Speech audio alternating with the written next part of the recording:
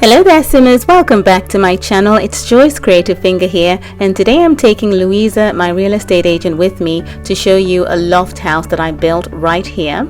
So she's just gonna pop over to the real estate agent building across the way, drop a few files, and she'll be with us in a minute. Now I have another loft house in my town, which was in my backstory for the last video I did, which was the homestead video, but I've built this one recently for you simmers to have a look at and let me know what you think. So now that Louisa's here, let's go ahead and have a look at this house. It's split into two parts, a left wing and a right wing. The left wing here has a lot of Scandinavian windows centered, running from the top to the bottom between two Scandinavian type stone pillars. And on the right side here, I have a larger block that has windows flanked by a number of lights running down them. I didn't want to put any balconies on this part because I felt that it would make it too detailed. I wanted it a bit bare and edgy. And of course, in this corner here, I've placed a balcony that has a lot of plants. I feel that that balcony will get a lot of sunlight.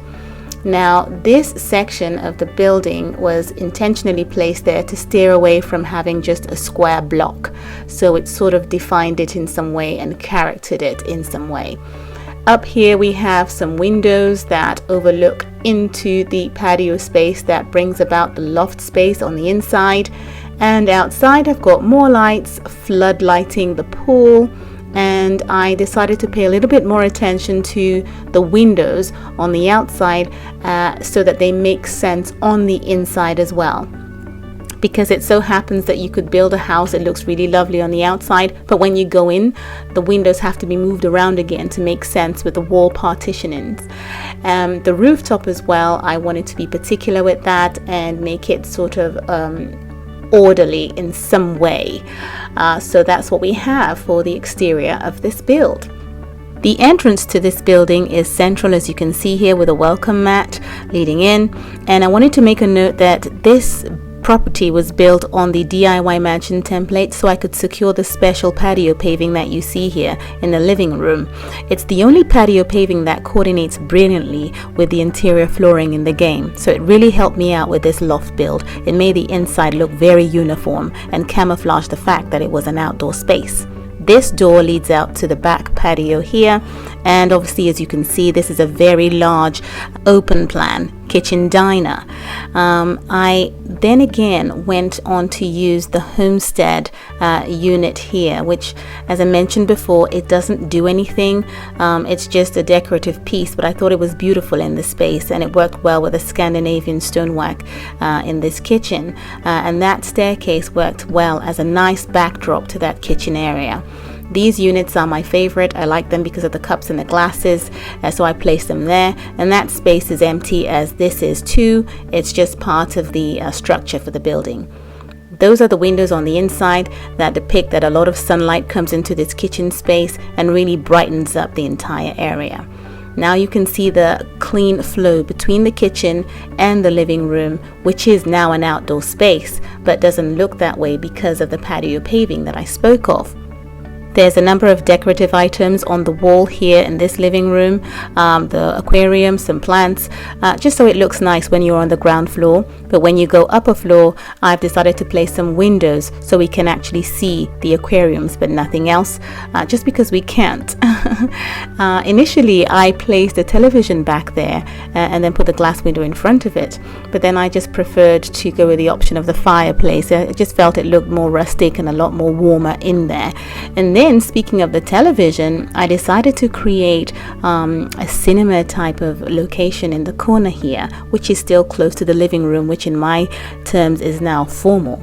So if you go into this space, it's very cozy. You can watch TV. You can even make use of a restroom, which is a guest restroom as well. So I felt it was a smarter way to go about avoiding having to glitch a television in place, on the outdoor space, which you can do if you want to. But it just worked out that when I didn't do that, I was pressed to create something else that worked in the corner here. And I quite like the idea that it's sort of like an ensuite type of cinema, with a restroom attached to it. Now across the other end of this patio living room is a 1x8 room type of wall that encloses the space, and in order to get a brilliant view of the pool, I've had to place extra windows on the inside, which you can see from a level up. This is the only way you can enclose this patio space to make it look like it's an interior space. I also wanted the upstairs loft to have a little glimpse of the pool, and we'll see that when we go upstairs. There's a bar outside this patio area, a relaxation spot here with a radio and some seats, a lovely tree, just the one, and the large pool that we saw in the beginning of the tour. There isn't so much I can put out here. It's on a standard lot, so I wanted to try and make it as tidy as possible but still place items outside. As we go upstairs, it leads into the loft space bedroom. It's a massive bedroom with a television. Once again, if you don't want to watch telly downstairs, you can up here. It's a semi-intimate space overlooking the living room, and of course people downstairs might get a glimpse of you upstairs.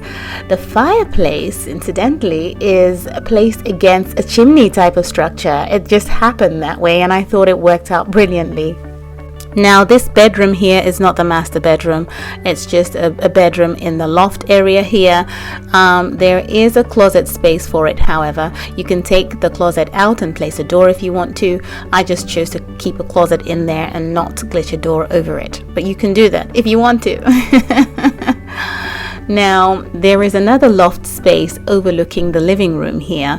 It's like a study, so you can see how spread out it is from that bedroom over to this angle here, all overlooking the living room. I think that's beautiful. And you can see all corners of the downstairs space if that's what you want to do. I don't know, walk around in circles around and around to look down below. I don't know what it is that makes it so exciting to be able to live in a property like that, but I think it's just unique. What's even more unique is that I've gone ahead to create a proper master bedroom upstairs. So I'm not sure if that makes this a loft house, because I would think that the bedroom upstairs, the loft bedroom, should be the last floor. Let me know in the comments what you think. But this is an overview of this floor. I think it's lovely. So we're going to go upstairs to my master room. I just think it's important to have a proper master room in any house that has its own ensuite. I think it's a selling point for any property. So here we are. As you come up, you see those lovely plants that I spoke of in the beginning. It's quite nice to be able to see them in this hallway here. And then of course we have double doors that lead into this beautiful master room, self-contained, with facilities that complement it adequately. It's got its bathroom area, it's got a television, it's beautifully decorated in my opinion. It has a closet space and a lovely couch inside of it too. It also has a better view of the rest of the surroundings. I would think the higher up you are in the build, just like in the city, you get a good view of the outside parts of the building, just like a penthouse. So it could be a loft penthouse building. I don't think so. Well, we have a gym out here, and obviously the master bedroom has quicker access to it than the rest of the occupants of the property, and the master room also has quicker access to the hot tub up here, which is a beautiful intimate space. We have some reclining chairs, a radio, some magazines to read and enjoy the sunlight, a couple of chairs, and a lovely table to nibble on just a bit while you're up here.